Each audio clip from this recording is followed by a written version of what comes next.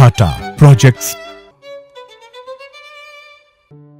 नमस्कार। नमस्कार सर जी। मैं टाटा प्रोजेक्ट लिमिटेड का सुरक्षा अधिकारी हूँ। आपका सेफ्टी क्लास में स्वागत है। भाइयों, इस क्लास में आने का उद्देश्य कंपनी, वातावरण और अपनी सुरक्षा के बारे में सीखना है। आप ये कहेंगे कि हर कोई अपनी सुरक्षा के बारे में जानता है, पर अब मैं आपको निर्माण स्थल पर विभिन्न खतरों और उनसे बचाव के बारे में बताऊंगा। दोस्तों, अब आप मुझे अपने बारे में जानकारी दीजिए। आप अपना नाम बताएं। सर, मेरा नाम रोशन यादव है। आपका घर कहाँ है? हैदराबाद। आपके घर में कौन कौन है? माँ, पिताजी, दादी, बहन और मेरी पत्नी। दोस्तों, आप लोगों का परिवार भी रोशन यादव जी के परिवार की तरह होगा। दोस्तों, आप जानते हैं आपको काम का अवसर क्यों मिलता है? आप बताएं। काम अच्छा करने से। ठीक है, अब आप बताएं। काम जानते हैं इसलिए। और आप? शरीर स्वस्थ हो तभी काम मिलता है।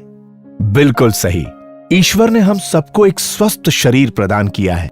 हमारे हाथ पैर सलामत हैं और प्रकृति ने हमें अपंग नहीं बनाया। अगर हम में कोई शारीरिक विकार होते तो हमारे रोजगार की संभावनाएं कम हो जाती। इसलिए हमको इस बात का हमेशा ध्यान रखना चाहिए कि हमारा शरीर ही हमारे लिए सबसे मूल्यवान वस्तु है। ध्यान रखें, अगर शरीर स्वस्थ नहीं तो काम नहीं, और काम नहीं तो कमाई नहीं। अब मैं आपसे पूछता हूँ कि काम की क्यों आवश्यकता है? साहब, काम की वजह से हमारे परिवार की जरूरतें पूरी होती हैं। बिल्कुल ठीक। और इससे ही हम अपने बच्चों को अच्छी शिक्षा दिला सकते हैं। बहुत अच्छे। अब शायद आप मेरी बात को समझ रहे होंगे कि क्यों हमारी सलामती जरूरी है, क्योंकि हमारी सलामती ही हमारे परिवार की सलामती है। मैं इस तरह के प्रश्न आपसे इसलिए पूछ रहा हूँ क्योंकि जब परिवार है तो उसकी कुछ जरूरतें भी हैं, जैसे कि बच्चों की पढ़ाई, बहन की शादी, माँ का इलाज, घर बनाना, लोन चुकाना और भी कई दूसरी बुनियादी जरूरतें। कई लोगों की जिम्मेदारी हम पर होती हैं और एक दुर्घटना पूरी व्यवस्था को बिगाड़ देती है। दोस्तों, याद रखें, किसी कामगार के साथ घटित दुर्घटना जितना कष्ट उस कामगार को देती है, उससे कहीं ज्यादा दुखदाई उसके परिवार वालों के लिए होती है। मैं आप सबसे पूछता हूँ, सोचिए कि आप किसी दुर्घटना के शिकार हों तो क्या हो सकता है? साहब, जान जा सकती है। साहब, हाथ पैर भी बेकार हो सकते हैं। बिल्कुल ठीक। लेकिन अगर चोट जानलेवा नहीं है और कुछ समय में ठीक हो सकती है, तो क्या उस स्थिति में थोड़े खतरे लेकर काम करना उचित है क्या? नहीं साहब, जब तक चोट ठीक नहीं होती हम काम पर थोड़े आ सकते हैं। हाँ, और इलाज पर पैसा खर्च अलग, और फिर आमदनी भी बंद। और कहीं कोई हाथ पैर बेकार हो गया तो बाद में काम नहीं मिलेगा। सही कहा दोस्तों। तो सोचो, एक जरा सी लापरवाही से हुई दुर्घटना कितनी मुश्किलें लेकर आती है। प्यारे मित्रों, अब जब जान गए हैं कि दुर्घटना से क्या हानियां हैं, तो चलो ये जानते हैं कि दुर्घटना होती क्यों है। साहब, ये तो ईश्वर की मर्जी है। ईश्वर की नहीं, हमारी खुद की गलती से होती है दुर्घटना। ईश्वर भी उन्हीं की मदद करता है जो अपनी मदद खुद करते हैं। सही कहा साहब। अगर हम ही कुल्हाड़ी पे पैर मारेंगे तो चोट तो लगनी ही है। दुर्घटना होने के दो मुख्य कारण होते हैं। पहला, बचाव की जानकारी का अभाव, और दूसरा है अति आत्मविश्वास। साहब, थोड़ा विस्तार से बताएं तो शायद कुछ ज्यादा समझ में आए। तो सुनो, सबसे खतरनाक है अति आत्मविश्वास। खतरों की सारी जानकारी होते हुए भी ये सोचना कि कुछ नहीं होगा और खतरे उठाकर काम करने से ही सबसे ज्यादा दुर्घटना होती है। और इसलिए अब मैं आपको कार्य से संबंधित खतरे और उनसे जुड़ी सावधानियों के बारे में बताऊंगा। तो ध्यान से सुनिए उन बचाव के तरीकों के बारे में जिनका कार्यस्थल पर हमेशा पालन होना चाहिए। सुरक्षा प्रेरण कार्यक्रम। सुरक्षा के सामान्य नियम यानी जनरल साइट सेफ्टी रूल्स। 18 साल से कम और 60 साल से ज्यादा उम्र के लोगों को साइट के भीतर प्रवेश करने की अनुमति नहीं है। सभी लोगों को कार्य क्षेत्र में हर समय सुरक्षा हेलमेट और सुरक्षा जूते पहनना जरूरी है। अवैधानिक दवा या शराब पीना या इसके असर में रहने वाले व्यक्ति को नौकरी से बर्खास्त किया जाएगा। ऐसा करने वालों को देखने पर अपने सुपरवाइजर को सूचित करें। ऐसी कोई भी अवैधानिक दवा या शराब का सेवन कर रहे हैं जिसमें गाड़ी चलाना हो या मशीन चलाना आता हो तो अपने सुपरवाइजर को इसकी जानकारी दीजिए। हर समय अपने काम पर ध्यान रखें। काम करते वक्त मजाक मस्ती न करें। अच्छा काम वो है जो साफ सुथरा हो और साफ सुथरा काम सुरक्षित काम की शुरुआत है। इसलिए अपने काम के क्षेत्र में कचरे और मलबे को मत रखिए। अगर आपको ऊंचाई से डर लगता है या आप मिर्गी, ब्लड प्रेशर या डायबिटीज के मरीज हैं या आप भयभीत और बीमार रहते हैं तो कभी भी ऊंचाई पर कार्य न करें। यदि आप बीमार हों तो काम पर न आएं और अपने सुपरवाइजर को उसकी रिपोर्ट करें। रोड पर चलते समय हमेशा बाईं ओर चलें और पार करते समय दोनों तरफ देख लें।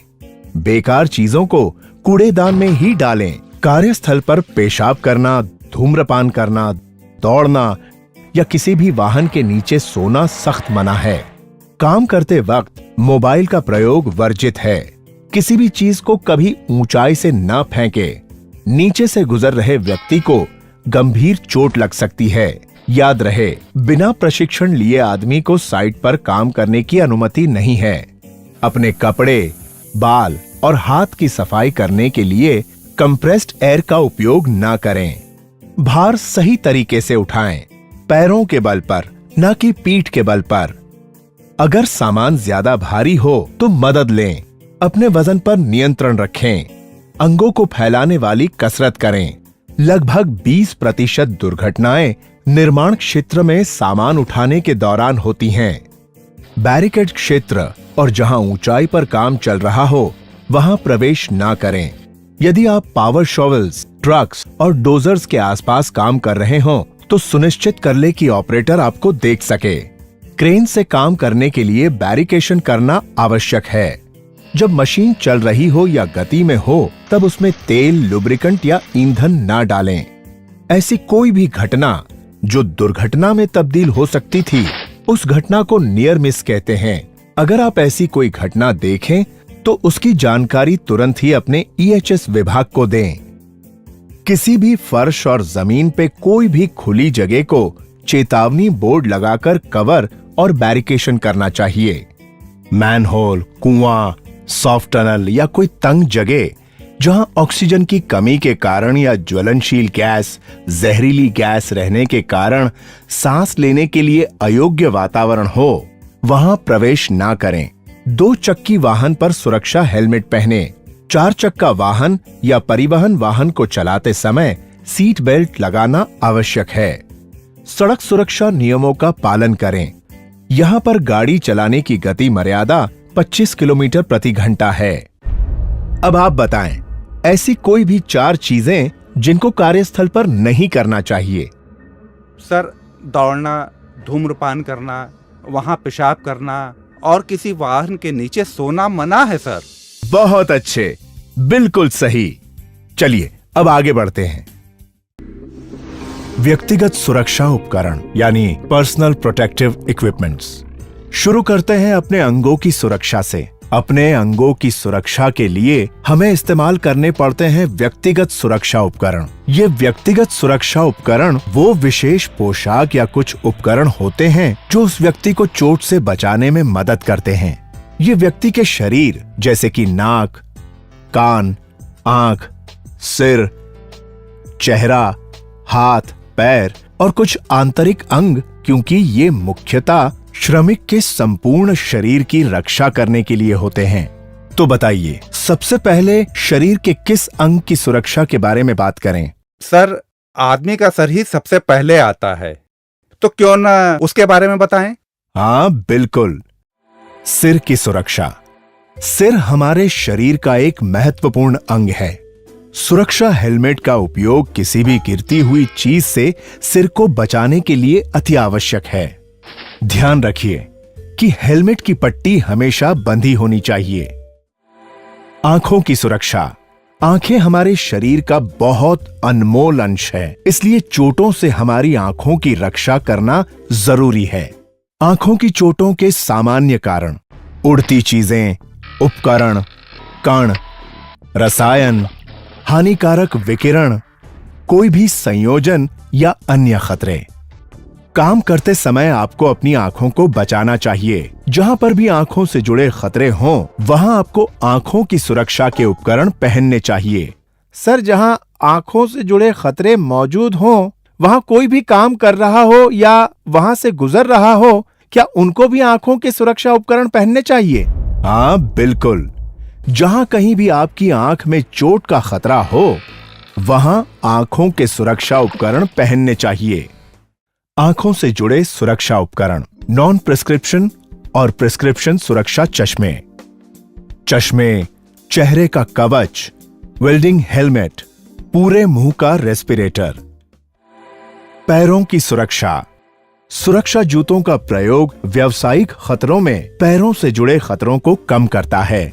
सुरक्षा जूते हमारे पैरों को इन खतरों से बचाते हैं। पैकेज या चीजों का गिरना, ढीली और अव्यवस्थित सतह, बिजली की सप्लाई, उपकरण आदि, घूमती वस्तुएं, लंबे पाइप आदि, पैर के स्तर पर नुकीली सामग्री, भारी सामान की ठोकर लगने से जो मुख्य रूप से निर्माण स्थानों पर मौजूद होते हैं। उसके अलावा सीमेंट या रेत के संपर्क में आने पर बचाते हैं। श्रवण सुरक्षा, कई निर्माण स्थान पर आवाज के खतरे होते हैं। ज्यादा मात्रा में आवाज हमारी सुनने की क्षमता को आगे जाके नुकसान कर सकती है। न सुनाई देने की वजह से काम पर खतरे और भी बढ़ जाते हैं। अगर आवाज कम ना हो या कंट्रोल में ना हो, जब आवाज 85 डेसिबल से ज्यादा हो, तब सही फिट होने वाले श्रवण सुरक्षा उपकरण पहनने चाहिए। 2 प्रकार के श्रवण सुरक्षा उपकरण होते हैं, ईयर प्लग, ईयर मफ।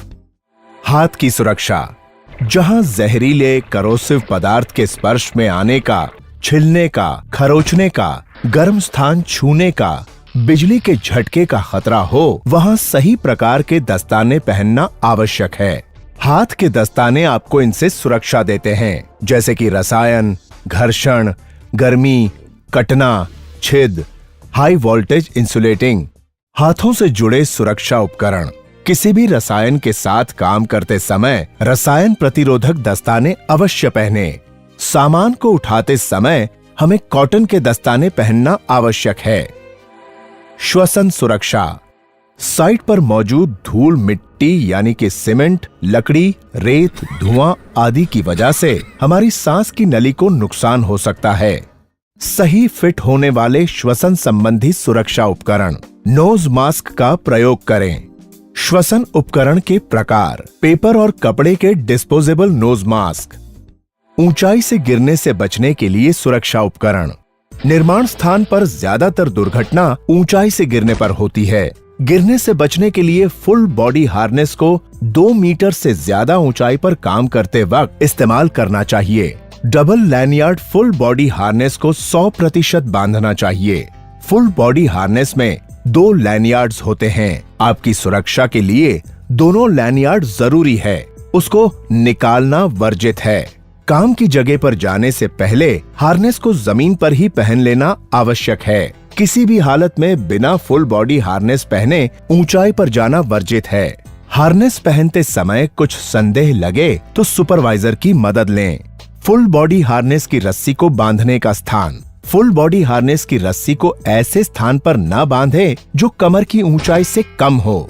इस बात का विशेष ध्यान रखें कि फुल बॉडी हार्नेस की रस्सी को बांधने के लिए मजबूत जगह का चुनाव करें। हो सके तो रस्सी के क्लैंप को लूप करके बांधें।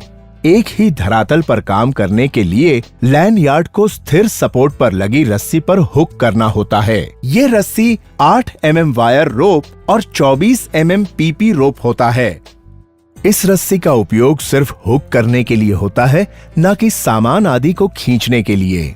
फॉल अरेस्टर्स, फॉल अरेस्टर्स ऐसे उपकरण हैं जिसमें आदमी के गिरने की स्थिति में हार्नेस से बंधे लैनयार्ड में तनाव आने पर वर्टिकल रोप पर लॉकिंग हो जाती है और आदमी गिरने से बच जाता है।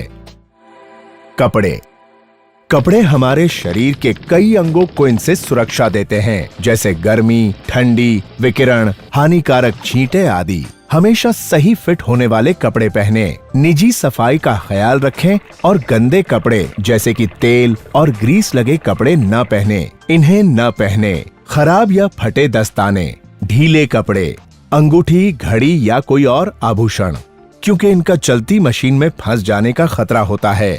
इसी कारण खुले लंबे बाल भी न रखें। तो मित्रों, अब जब आप सब लोगों ने सुरक्षा उपकरणों के बारे में जानकारी ले ली है, तो मेरे कुछ सवालों का जवाब देने की कोशिश करें। सबसे पहले इस तस्वीर को ध्यान से देखकर बताएं कि इसमें क्या गलत है। हाँ, तुम बताओ। सर, इस आदमी ने हेलमेट तो पहना हुआ है, मगर इसने हेलमेट की चिन स्ट्रिप नहीं लगा रखी है। बिल्कुल सही। चलिए दूसरी तस्वीर देखिए और बताइए कि इन दोनों में से कौन सी सही है। हाँ, तुम बताओ। सर, इसने अपनी हार्नेस के लेनार्ड को जहां बांधा है, वो स्थान उसकी कमर से नीचे है। उसको कमर से ऊपर होना चाहिए। बहुत अच्छे दोस्तों। चलिए अब आगे बढ़ते हैं।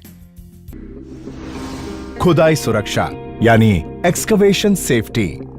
मित्रों, खुदाई का काम एक जटिल प्रक्रिया है और इसको सावधानी से करना चाहिए। खुदाई की प्रक्रिया के दो महत्वपूर्ण हिस्से होते हैं। पहला, खुदाई शुरू करने से पहले की सुरक्षा तैयारी। हम सभी जानते हैं कि जमीन के अंदर बहुत सी यूटिलिटीज हैं, जैसे कि बिजली के केबल, पानी की पाइपलाइन, गैस की पाइपलाइन, गंदे पानी की पाइपलाइन, अन्य संचार के केबल्स। खुदाई से पहले ये जानना जरूरी है कि जमीन के अंदर क्या है, और अगर है तो उन्हें खुदाई से पहले सही तरह से अलग अलग कर देना चाहिए। खुदाई शुरू करने से पहले अपने सुपरवाइजर से खुदाई के क्षेत्र के लिए आवश्यक वर्क परमिट लें। ऐसा करने से पता चलेगा कि जमीन के नीचे क्या यूटिलिटीज हैं। सुपरवाइजर को ये परमिट उस कार्य क्षेत्र के प्रभारी से लेना आवश्यक होगा। इसके बाद ही खुदाई का काम शुरू करने की अनुमति होगी। वर्क परमिट के आधार पर आपके सुपरवाइजर आपको बताएंगे कि कौन सी सावधानियां आपको लेनी चाहिए, जिसे कि स्थिति अनुसार एक या अधिक निम्नलिखित सावधानियों में से चुनकर काम में लाई जाएगी। ए, मार्कर्स और ड्राइंग्स को इस्तेमाल करते हुए व्यक्तिगत यूटिलिटीज के स्थान। बी, अत्याधुनिक उपकरण जैसे केबल अवॉइडेंस टूल का इस्तेमाल करते हुए यूटिलिटीज के स्थान। सी, यूटिलिटीज की स्थिति की जांच करने के लिए ट्रायल पिट्स बनाना। डी, सेवाओं को अलग करना। खुदाई शुरू करने से पहले सुनिश्चित करें कि इन मुद्दों का प्रबंध हो, जैसे कि जमीन के नीचे की और ऊंचाई की उपयोगिताएं और उनके स्थान, स्लोपिंग और शोरिंग की आवश्यकताएं, तंग स्थान की जरूरतें, मशीन स्थापन, आवागमन की सुविधाएं, निरीक्षण के मापदंड, रद्दी स्थापन, बिजली के तार जमीन के अंदर और ऊपर और अन्य खतरे। अगर चट्टान या पथरीली जमीन में विस्फोट करने की जरूरत हो तो सिर्फ सही लाइसेंसधारी ब्लास्टर की देखरेख में ही ये काम होना चाहिए। काम से जुड़े सभी लोगों को उपयुक्त बातों की पूरी जानकारी ट्रेनिंग देकर दें। ये उन्हें जानना जरूरी है। दूसरा, खुदाई करते वक्त सुरक्षा के नियम। खुदाई के सभी खुले किनारों से कम 1 मीटर की दूरी पर घेरा या बैरिकेशन लगाएं और प्रत्येक दिन जांच लें कि वे सही ढंग से लगे हुए हैं। आने जाने के लिए सीढ़ी लगाएं। ध्यान रखें कि लकड़ी या बैम्बू की सीढ़ी का इस्तेमाल वर्जित है। निकाली गई मिट्टी और मलबे को किनारे से कम 1.5 मीटर दूर रखना चाहिए, और अगर गड्ढा ज्यादा गहरा हो तो गड्ढे की गहराई जितनी दूरी पर मलबे को रखें। कड़े पत्थर के अलावा मिट्टी के ढेर को सही कोण में रखें। हर तरह की मिट्टी के लिए सही तिरछापन, सीढ़ी नुमा कटाई, शोरिंग का इंतजाम करें।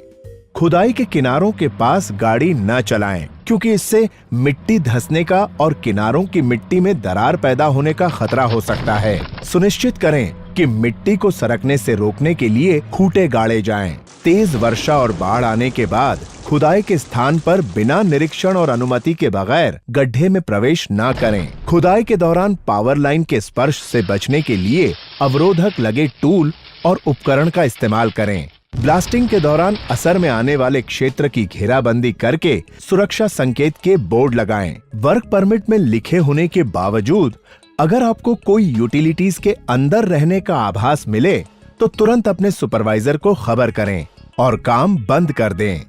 चलिए दोस्तों, अब ध्यान से देखिए और बताइए इस तस्वीर में क्या क्या गलत दिखता है। सर, खुदाई से निकाली हुई मिट्टी किनारे के बहुत करीब रखी है और खुदाई के खुले किनारों की तरफ टेप भी नहीं लगा है। बहुत अच्छे। और ध्यान से देखिए, खुदाई में अंदर या बाहर जाने के लिए सीढ़ी भी नहीं है। बहुत अच्छे दोस्तों। चलिए अब आगे बढ़ते हैं। भाड़ा और सीढ़ी यानी स्कैफोल्डिंग एंड लैडर। भाड़ा। दोस्तों, हम यहाँ भाड़े के काम पर सुरक्षा के महत्व पर चर्चा करेंगे, क्योंकि निर्माण स्थल पर भाड़े की बहुत जरूरत होती है।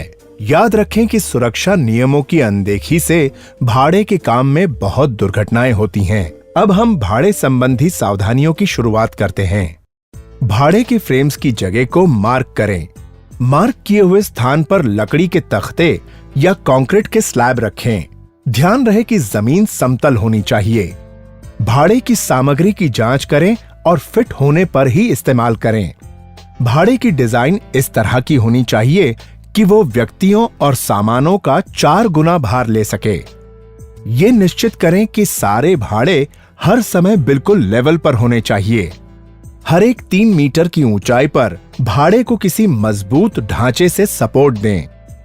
काम करने वाले प्लेटफॉर्म पर गार्ड लगेंगे, जिसमें ऊपर और नीचे के रेल और टो बोर्ड शामिल हैं। ऊंचाई प्लेटफॉर्म की सतह से टो बोर्ड 100 मिलीमीटर, बीच का रेल 600 मिलीमीटर, ऊपर का रेल 1000 मिलीमीटर। प्लेटफॉर्म पर जाने के लिए सहज और सुरक्षित साधन होना चाहिए, जैसे पोर्टेबल सीढ़ी, रैंप या रनवे। भाड़ा कम से कम 2 प्लैंक चौड़ा होना चाहिए, अन्यथा वहां काम करना मुश्किल होगा। भाड़े के प्लैंक 6 इंच से कम और 12 इंच से ज्यादा लटके नहीं होने चाहिए। वो दोनों किनारों पर अच्छी तरह से बंधे होने चाहिए। भाड़े के पाइप आवश्यकता से अधिक बड़े ना हों, नहीं तो वो आने जाने में बाधा करेंगे और दुर्घटना के कारण बनेंगे। सभी जोड़ पर सही कपलर का उपयोग करना चाहिए।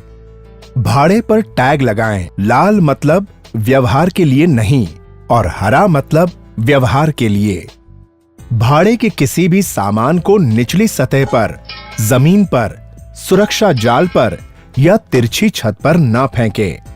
भाड़े पर काम करने के दौरान सेफ्टी बेल्ट और लाइफ लाइन पहनना आवश्यक है। उसकी दोनों रस्सियां टंगी रहेंगी।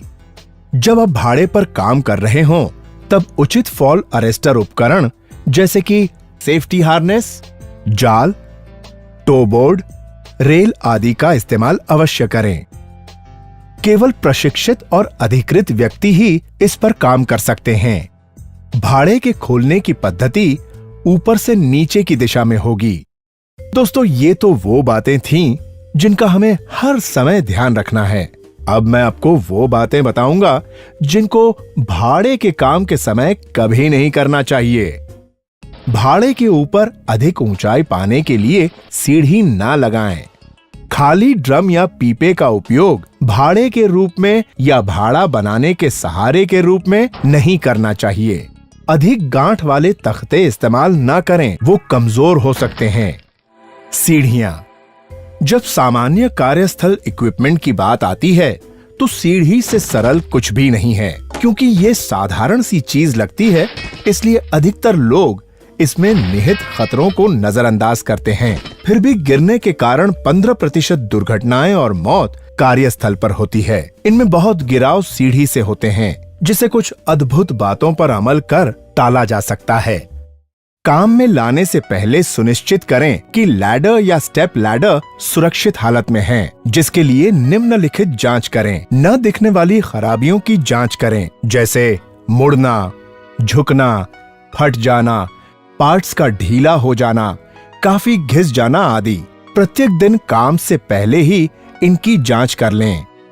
सीढ़ी के पैर जमीन के पूरी तरह संसर्ग में रहें और जमीन खुदाई वाली मिट्टी, ढीली मिट्टी और तेल, ग्रीस से मुक्त होनी चाहिए। सीढ़ी लैंडिंग प्लेटफॉर्म की सतह से 1 मीटर ऊपर निकली हो और सीढ़ी के दोनों किनारे अच्छी तरह से बंधे होने चाहिए। सीढ़ी पर हमेशा 3 स्थल पर स्पर्श बनाए रखें। उतरते समय आपका चेहरा सीढ़ी की तरफ हो। सीढ़ी पर चढ़ते उतरते समय सामान न ले जाएं।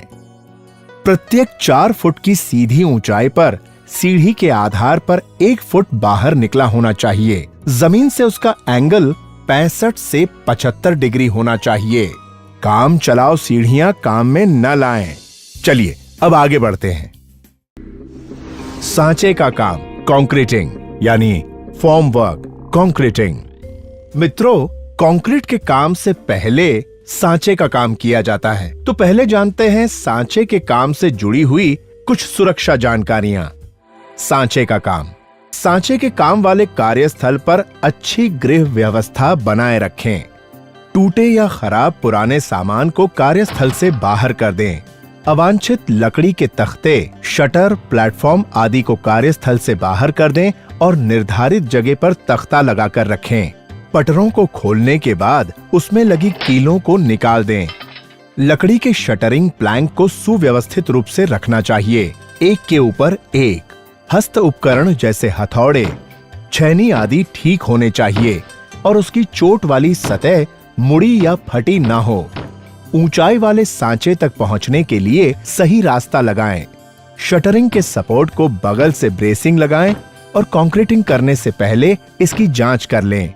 लकड़ी की शटरिंग लगा देने के बाद वहां चिंगारी या आग पैदा करने वाला काम न करें।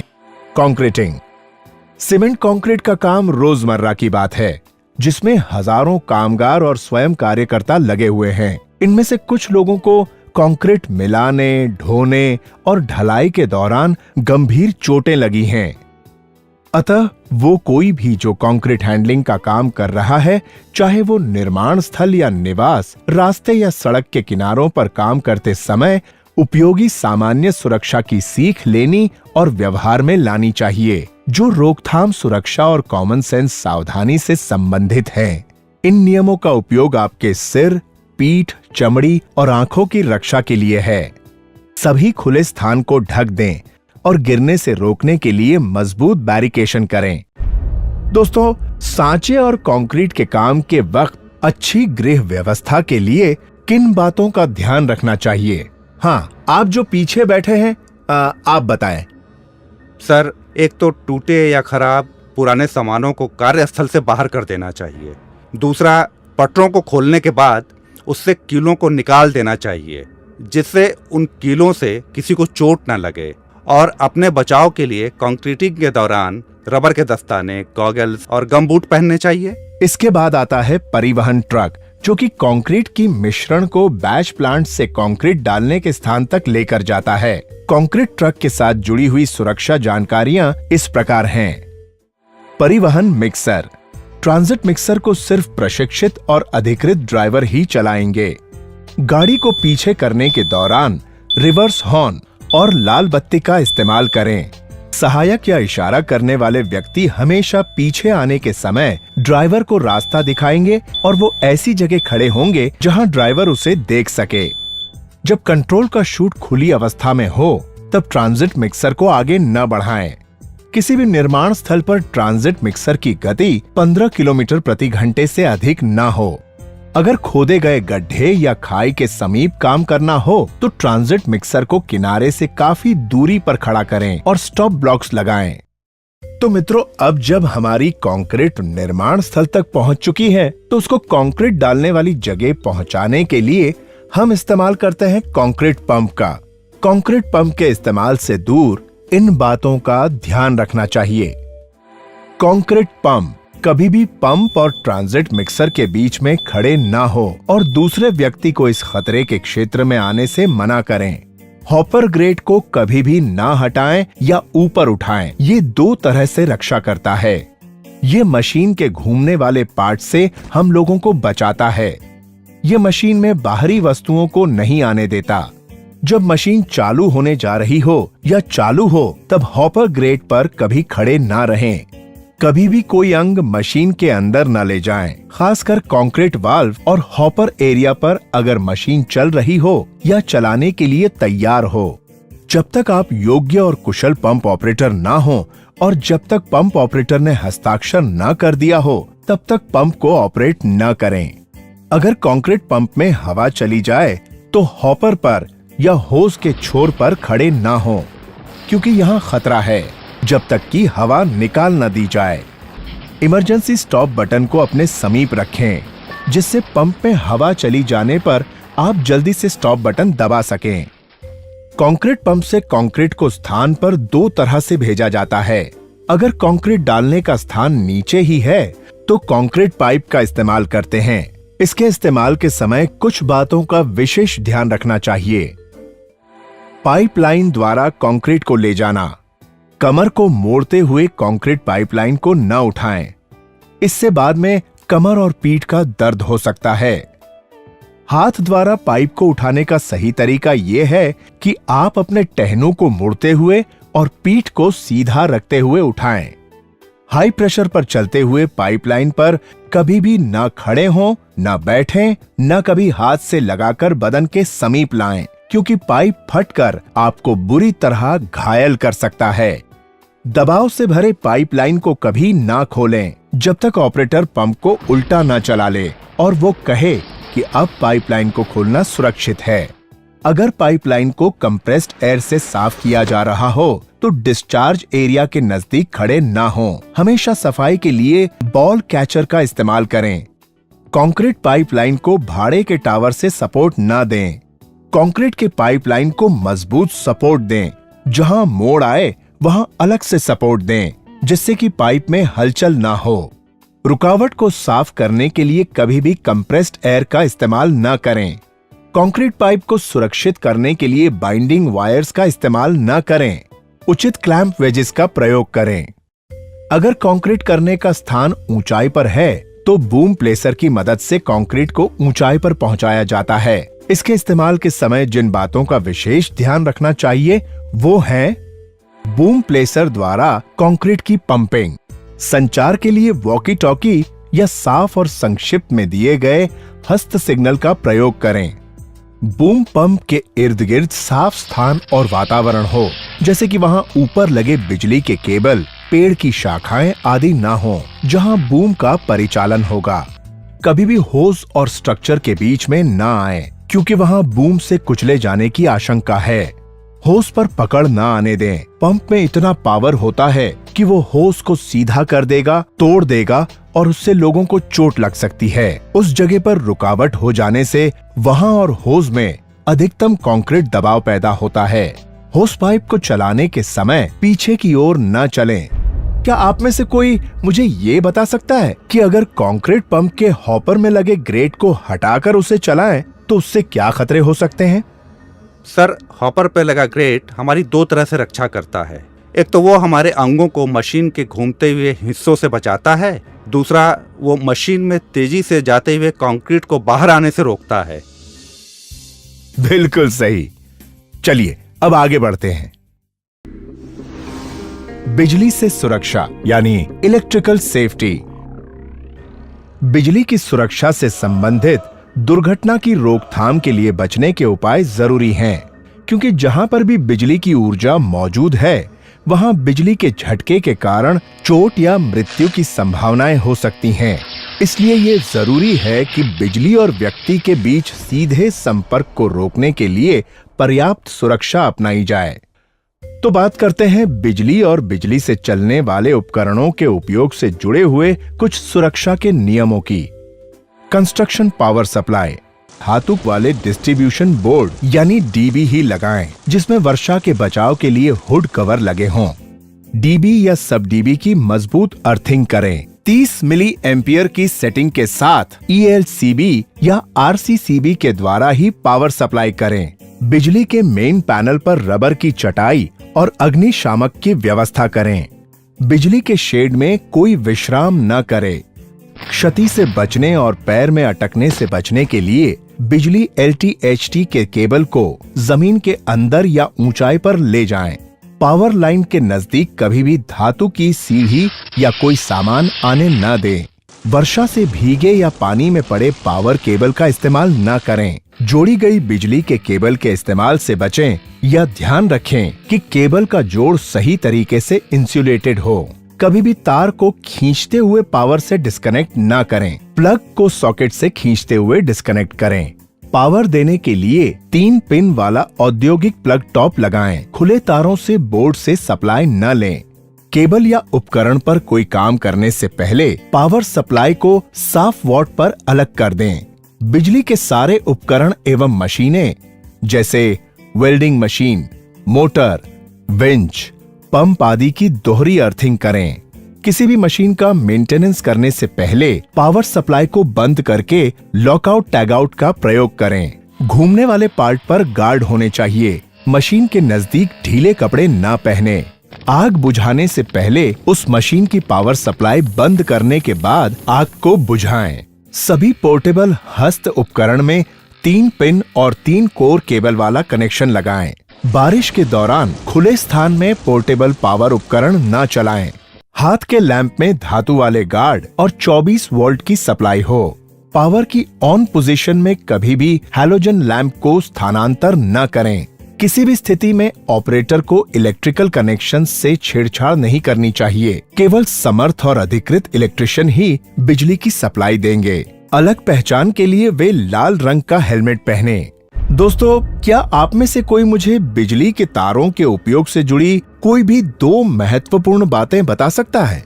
सर, एक तो इस बात का ध्यान रखना चाहिए कि जोड़ी गई बिजली की केबल का इस्तेमाल से बचना चाहिए और ध्यान रखना चाहिए कि केबल का जोड़ सही तरीके से इंसुलेटेड हो।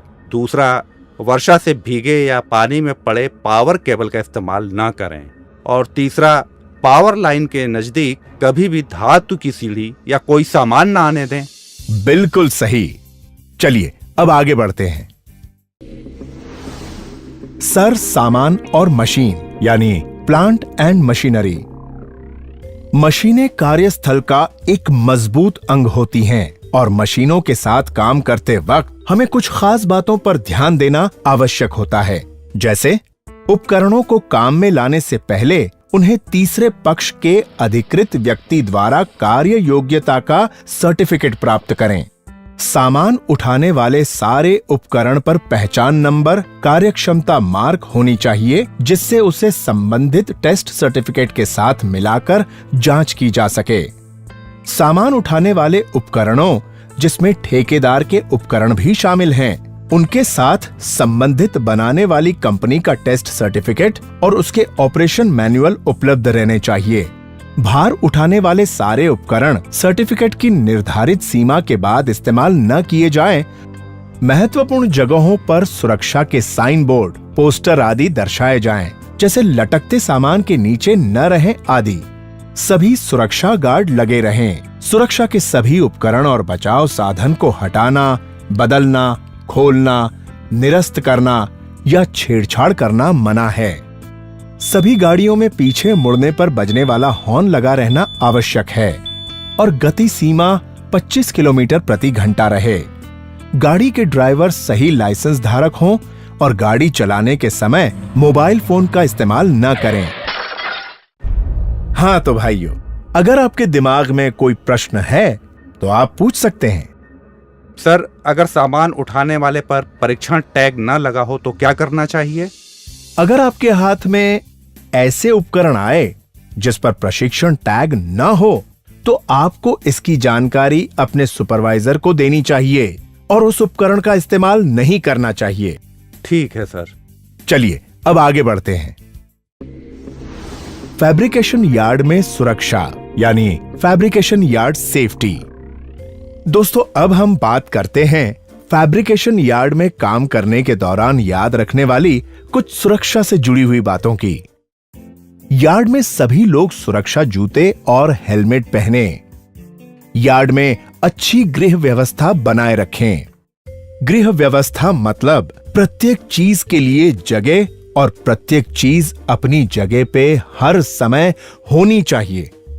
गृह व्यवस्था महत्वपूर्ण और योग्य होनी चाहिए क्योंकि वो सामान, सामग्री और औजार ढूंढने के लिए समय कम करता है। जब सारी चीजें सुव्यवस्थित क्रमबद्ध होती हैं, तो जगह बच जाती है।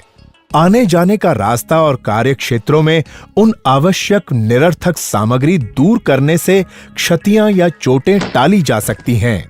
जॉब साइट में हर एक कार्यस्थल पर सुरक्षित रास्ता प्रदान करना चाहिए। साइट में अलग से स्क्रैप यार्ड के लिए स्थान नियुक्त करना चाहिए।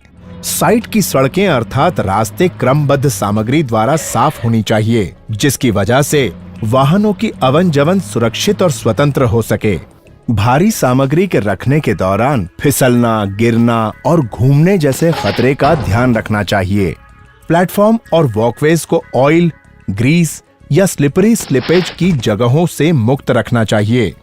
वेल्डिंग केबल्स, पावर केबल्स को सही रास्ते से ले जाया जाए, जिससे कि वे वाहन द्वारा न कुचल दिए जाए। गैंट्री रेल्स के दोनों तरफ 1 मीटर की कम से कम दूरी तक कोई सामान न रखा जाए। डीबी, पैनल्स, स्विचेस आदि तक पहुंचने के रास्ते साफ रखें। अग्निशामक ऐसी जगह पर रखे जाएं, जहां से वे सुविधापूर्वक इस्तेमाल किए जा सकें। अब हम बात करेंगे ग्राइंडिंग सुरक्षा के बारे में। जब नया ग्राइंडिंग व्हील लगाया जाए, वो कम से कम 1 मिनट तक चलाया जाना चाहिए। वो संतुलित और टूटना नहीं चाहिए। ऑपरेटर को अपनी सुरक्षा के लिए एक साइड पर खड़े रहना चाहिए। शायद तकनीकी खराबी की वजह से व्हील बाहर भी निकल सकता है। अत्यधिक या ज्यादा कंपन आमतौर पर यह संकेत करता है कि व्हील गोलाकार विभाग से बाहर निकल गया है।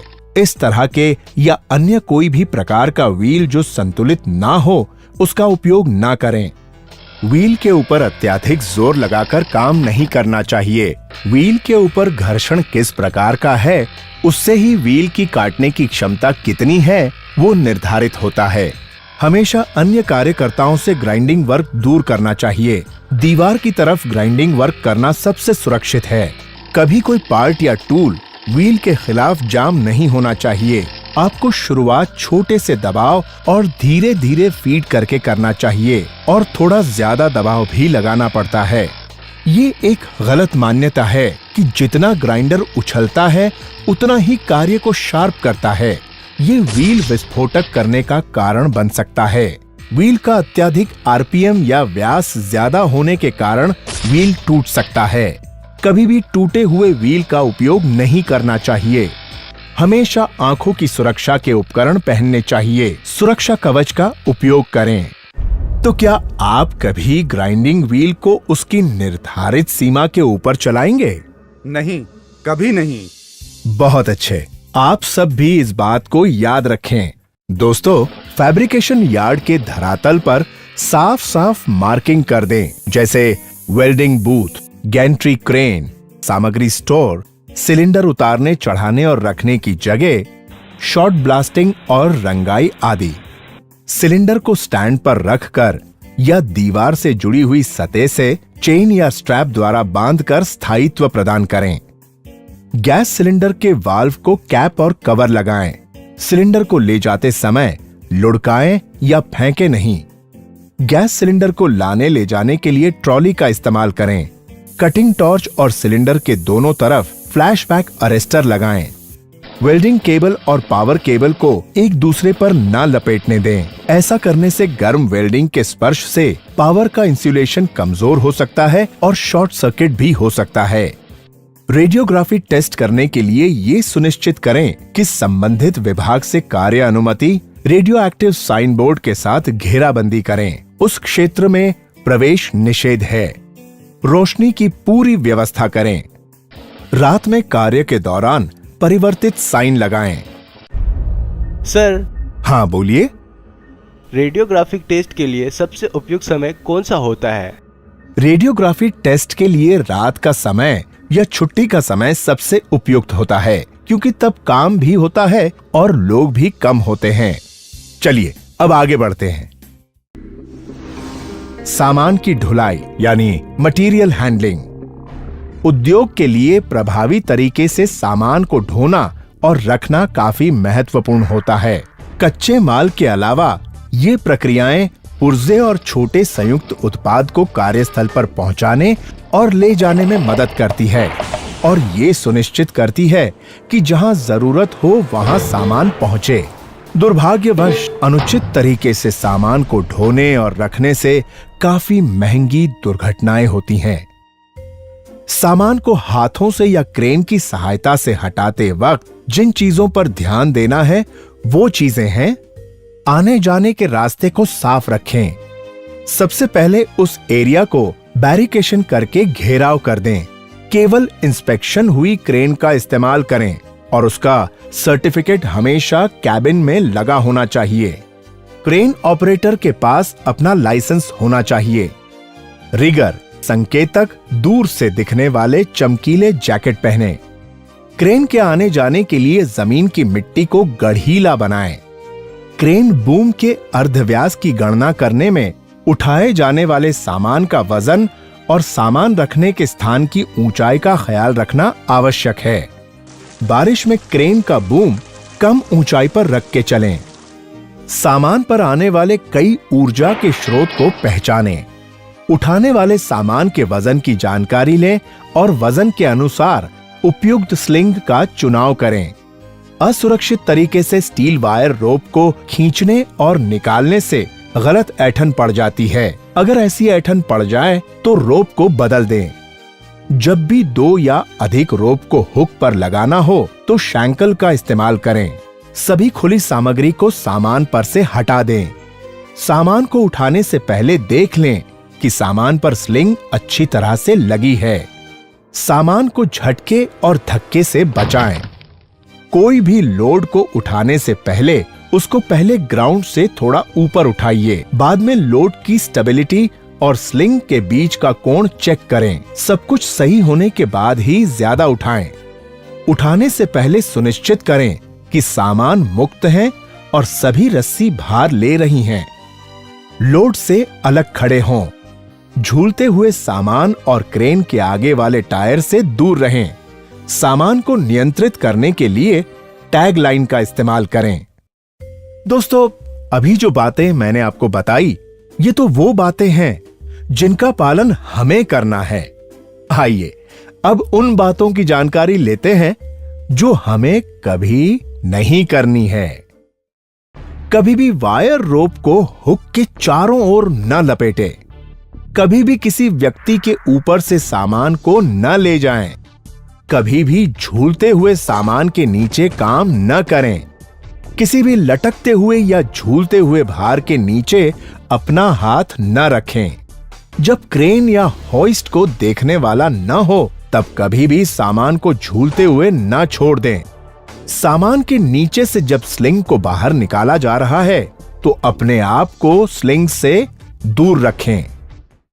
क्रेन का इस्तेमाल कार्य को आसान बनाता है, लेकिन इस बात का भी ध्यान रखना पड़ता है कि अगर क्रेन के इस्तेमाल के समय कुछ महत्वपूर्ण बातों पर ध्यान नहीं दिया जाए तो बड़ी दुर्घटना भी हो सकती है। प्रसारण और विवरण, टावर निर्माण एवं तार टांगना। इस कार्य के 2 मुख्य हिस्से होते हैं। पहला है टावर का निर्माण और दूसरा है टावर पर तार लगाना। इन दोनों ही कामों में अत्यधिक सावधानी की जरूरत होती है। आइए बात करते हैं टावर निर्माण की। टावर निर्माण केवल अनुभवी लोगों की टीम को काम करना चाहिए। सुनिश्चित करें कि टावर निर्माण के दौरान ऊंचाई पर काम कर रहे कामगार बीमारियों से मुक्त हों। निर्माण के सभी समय अनुभवी एवं सक्षम सुपरवाइजर तैनात रहें। कामगारों के वहन के लिए ट्रैक्टर का इस्तेमाल न करें। निर्माण स्थल पर सभी कामगार एवं सुपरवाइजर सेफ्टी हेलमेट पहने और चिन स्ट्रैप भी लगाएं। टावर पर कार्यरत कामगार दोहरी रस्सी वाले पूरे बदन वाले सेफ्टी बेल्ट तथा मचान पर टांगने वाले हुक का इस्तेमाल करें। सुपरवाइजर हमेशा सुनिश्चित करें कि चढ़ते और उतरते समय कामगार एवं रस्सी अवश्य ढांचे से बंधी रखें और टावर पर स्थानांतर के दौरान भी ऐसा ही करें। टावर से चढ़ते उतरते समय स्टेप बोल्ट से उतरना चाहिए, वो भी फॉल अरेस्टर मैकेनिज्म के साथ। टूल्स, बोल्ट आदि सामान कामगार के बदन से लटकते बैग में रखकर ही ले जाएं। उन्हें हाथ में लेकर न चढ़ें या उतरें। डेरिक तथा अन्य सामान ढोने वाले उपकरण जैसे वायर रोप, पीपी रोप, डी शैकल, पुली आदि काम में लाने से पहले प्रतिदिन जांच की जाए। निर्माण कार्य में सिर्फ टेस्ट किए हुए टूल्स जिनका सही सर्टिफिकेट हासिल हो वही इस्तेमाल किए जाएं। टावर का निर्माण सिलसिलेवार ढंग से हो। ऊपर के भाग का कार्य तब तक शुरू न किया जाए जब तक कि नीचे वाली सतह के सारे सदस्य और ब्रेसिंग पूरी तरह न लग गए हों और सभी बांधने वाले नट बोल्ट अच्छी तरह न कस दिए गए हों। डेरिक में 3 गाई रोप बंधे हों जिसमें कोई जोड़ न रहे। निर्माण के दौरान लगाए गए गाई का लंगर मजबूत खंबे से लगा हो, जैसे स्टील की खंती से एक लंगर सिर्फ एक ही गाई को सपोर्ट दे। क्षितिज एवं गाई रोप के बीच का कोना अधिकतम 45 डिग्री हो। प्रधान पांव के सदस्य लगे हुए स्टेप बोल्ट के द्वारा उठाए जाएं और पूरी तरह कस दिए जाएं। रस्सी या स्लिंग को टावर से बांधने में नर्म बोरे आदि की पैकिंग लगाएं। लटकते लोड के नीचे किसी कामगार को न खड़े रहने दें। दोस्तों, अब आप ध्यान से इस तस्वीर को देखें और बताएं कि इस कामगार ने जो सुरक्षा बेल्ट पहन रखी है, क्या वो ठीक है? हाँ, आप बताएं। सर, इस कामगार ने एक रस्सी वाली सेफ्टी बेल्ट पहना है, जो कि गलत है। इसको दोहरी रस्सी वाली पूरे बदन की सेफ्टी हार्नेस पहनना चाहिए। शाबाश, मगर क्यों? टावर पर जब हमें अपनी जगह बदलनी हो तो हम पहली रस्सी को खोले बिना दूसरी रस्सी को पहले नई जगह बांध देते हैं, फिर पहली रस्सी को खोलकर जगह बदल देते हैं। इससे हम पक्का कर लेते हैं कि हम किसी भी वक्त बिना बंधे नहीं रहते। बहुत अच्छे, आप सब भी इस बात को याद रखें। तार टांगना। दोस्तों, टावर के बन जाने के बाद का मुख्य काम होता है तार लगाना। इस कार्य को करते वक्त कुछ सावधानियां बरतना जरूरी है। उनमें से कुछ मुख्य बातें जो याद रखना जरूरी है वो इस प्रकार हैं। गाई का कोना जमीन से 45 डिग्री से ज्यादा न हो। पीछे का स्टे मजबूत स्टील रोप का हो। निर्माणाधीन लाइन के समांतर अगर कोई सक्रिय पावर लाइन जाती है तो उससे कंडक्टर पर इंडक्शन असर हो सकता है, जिसे निष्क्रिय करने के लिए सेक्शन के दोनों छोरों पर तथा बीच में भी कुछ स्थानों पर अर्थिंग लगाएं। तनाव देते समय फिटर लोग टावर बॉडी के अंदर रहें तथा उन्हें क्रॉस आर्म पर खड़ा न रहने दिया जाए। तनाव देने वाले और तार खींचने वाले तथा सुपरवाइजर के बीच संवाद के लिए वॉकी टॉकी का उपयोग करें। खतरनाक मौसम में काम बंद रखें। अलग अलग प्राधिकार जैसे हाईवे, रेलवे, वन विभाग आदि से आवश्यक मंजूरी लेना चाहिए। अगर किसी वर्तमान सक्रिय पावर लाइन को पार करना हो तो पावर लाइन को निष्क्रिय कराएं और कार्य अनुमति वर्क परमिट अवश्य लें। बिजली के इंडक्शन असर की जांच के लिए मल्टी टेस्टर का भी उपयोग करें। नींव के गड्ढे जो हस्त औजार और मनुष्य के द्वारा की गई हो और जिनकी चौड़ाई गहराई 2 मीटर बाय 2 मीटर हो। कंक्रीटिंग खत्म होने के बाद नींव के गड्ढे को बिना देखभाल ना छोड़ें। इसके चारों ओर घेराबंदी करें या इसे चित्र में दिखाए गए तरीके से ढके। मस्तूल को सावधानी पूर्वक BFR क्रेन का इस्तेमाल करते हुए खड़ा करें। खड़ा करने के बाद तुरंत इसका जमीन से बंधन लगाएं, जिससे ये सुरक्षित हो जाए कि मस्तूल मजबूती से तेज हवा चलने पर भी स्थिर रहे। किसी सुयोग्य एवं अधिकृत व्यक्ति के मार्गदर्शन में ही तार के खींचने का काम किया जाए। खींचे हुए तार में बांधकर पूरे बदन वाले सुरक्षा बेल्ट का इस्तेमाल करें। ये सुनिश्चित करें कि रेल की पटरी पर इस्तेमाल की गई सीढ़ी ट्रॉली पर चक्का जाम करने वाले स्टॉपर लगे हों। ये भी सुनिश्चित करें कि कम से कम 3 व्यक्ति सीढ़ी के आधार को पकड़े रखें ताकि वो खिसक न जाए। सुरक्षा बेल्ट के लैनयार्ड को लटके तार से बांधें। तो अब इस जानकारी के बाद आप ये तो अवश्य ही बता पाएंगे कि अगर हमें काम के दौरान किसी सक्रिय पावर लाइन को पार करना है तो हमें क्या सावधानियां बरतनी चाहिए। सर, ऐसा करने से पहले हमें वर्क परमिट अवश्य लेना चाहिए। वर्क परमिट लेने की प्रक्रिया इस बात को पक्का कर देती है कि कार्य से पहले पावर लाइन निष्क्रिय कर दी जाएगी और मल्टी टेस्टर से बंद लाइन के इंडक्शन असर की भी जांच हो जाएगी, तभी वर्क परमिट मिलेगा। बिल्कुल सही। याद रखें कि वर्क परमिट हमारी सुरक्षा के लिए है, इसको वजन ना समझें। चलिए अब आगे बढ़ते हैं। रेलवे।